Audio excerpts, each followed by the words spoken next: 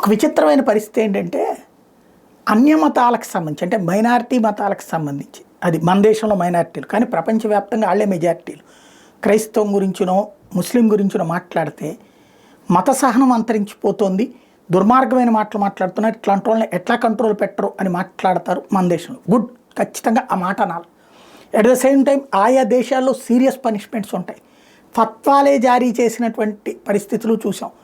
ప్రాణాపాయంతో చచ్చిపోయినటువంటి వాళ్ళని చూసాం, తలలు తీసివేయబడ్డ వాళ్ళని చూసాం ఇస్లామిక్ కంట్రీస్లో. అలాగే క్రైస్తవ దేశాల్లో కేసులు పెట్టబడ్డము చూసాం. కానీ భారతదేశంలో విచిత్రం ఏంటంటే ఇక్కడ మెజారిటీ మతానికి సంబంధించినటువంటి వాళ్ళని దూషిస్తూ ద్వేషిస్తూ దారుణమైన పోస్టులు పెట్టే వాళ్ళని గురించి ఎవరైనా మాట్లాడితే వాళ్ళని ఉన్మాదులుగా చూపడం, పైగా వీళ్ళని మేధావులుగా అవును వాళ్ళ కడుపు మంట వాళ్ళ తరతరాల కడుపు మంట అంటూ ఉపన్యాసాలు ఇచ్చి వీళ్ళని సమర్థించే వాళ్ళ వ్యవహారం ఎక్కువగా ఉంటుంది. ఒకడు పోతే ఒకడు పోతే ఇంకోడు పోతే ఇంకొకడు వస్తూ ఉంటాడు. ఒక్కొక్కడిని ఇట్లా హైలైట్ చేస్తుంటారు, లైమ్ లైట్లోకి తెస్తుంటారు. అప్పట్లో ప్రకాష్ రాజ్, అంతకుముందు పటేల్, లేకపోతే కన్నయ్య, ఇట్లా హిందూ దేవతల్ని దూషించడం, హిందుత్వాన్ని గురించి నెగిటివ్ కామెంట్లు చేసే వాళ్ళని బాగా హైలైట్ చేస్తారు, వాళ్ళని వీరులుగా చిత్రీకరిస్తారు, వాళ్ళకి ఉన్నత పదవులు వచ్చేలాగా చేస్తారు, వాళ్ళని మేధావులుగా సన్మానాలు చేస్తారు.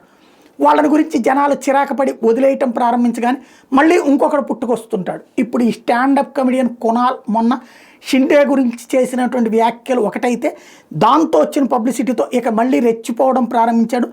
తాజాగా ఏదైతే నిర్మలా సీతారామన్ని టార్గెట్ చేస్తూ హవాయిని ప్యారడీ చేశాడు.